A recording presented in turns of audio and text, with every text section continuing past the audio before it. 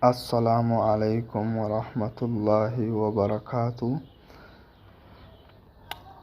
Waa'ee salaata iidaarraa xiqqishuu waa'ee isin dhageessisa jeete obboleeyyan Islaamaa.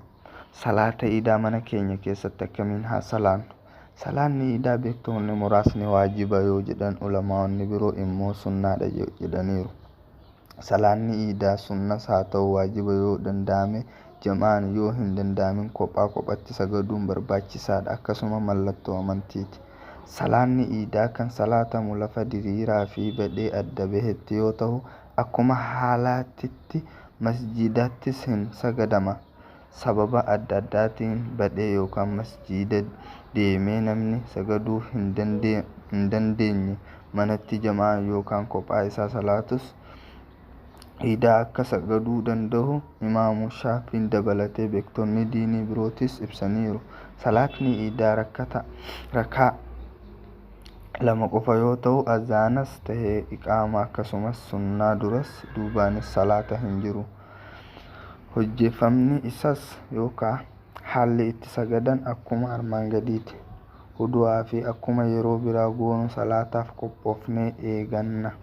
Salaata iidaa akka salaannu eega beekne yookaan iyyannee booda gara qiblaa garagaluun eegganna. Harka lama haga gurraa qixxeessanii kaasuun Allahu Akbar jedhama.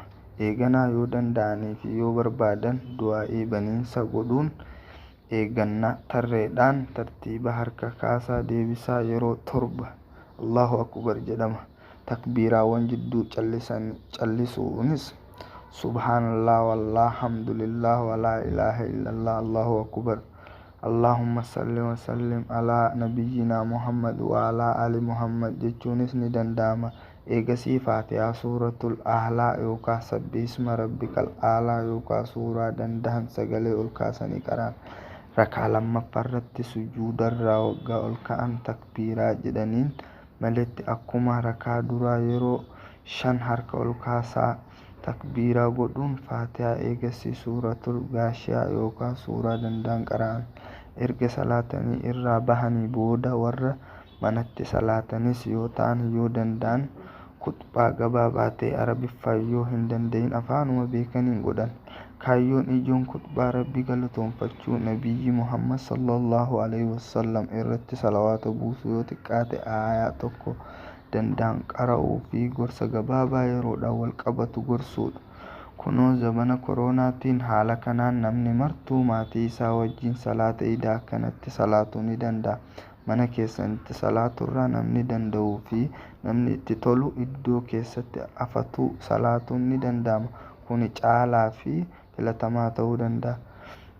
Waqtii yookaan yeroon salaata iidaa akkuma waqtii adhuwaa itti aduun eega baatee mul'atterraa jalqabee suhuriin gahuuf haga daqiiqaa 20 hafutti jidduutti sanitti salaatan yeroodhaan ariifatanii salaatuun filatamaadha. Kun akkuma jirutti iidaaf huccuu haaraa yookaan huccuu qulqulluu ta'e uffachuu, nafa dhiqachuu, shittoo fayyadamuu fi iidaan gammaduun jaalatamaa fi dalagaa ajrii argamsiisuudha. Salaata iidaa sagaduun duratti zakaa fixrii kennuun dirqama yoo ta'u, iida dura guyyaa 2 dursanii kennuunis ni danda'ama. Rabbiin dalagaa keenya gaarii ta'e nurraa haa qeebalu, dhukkuba nutti dhufes gahee nurraa haa jedhu. Aamiin. Allahu aamiin.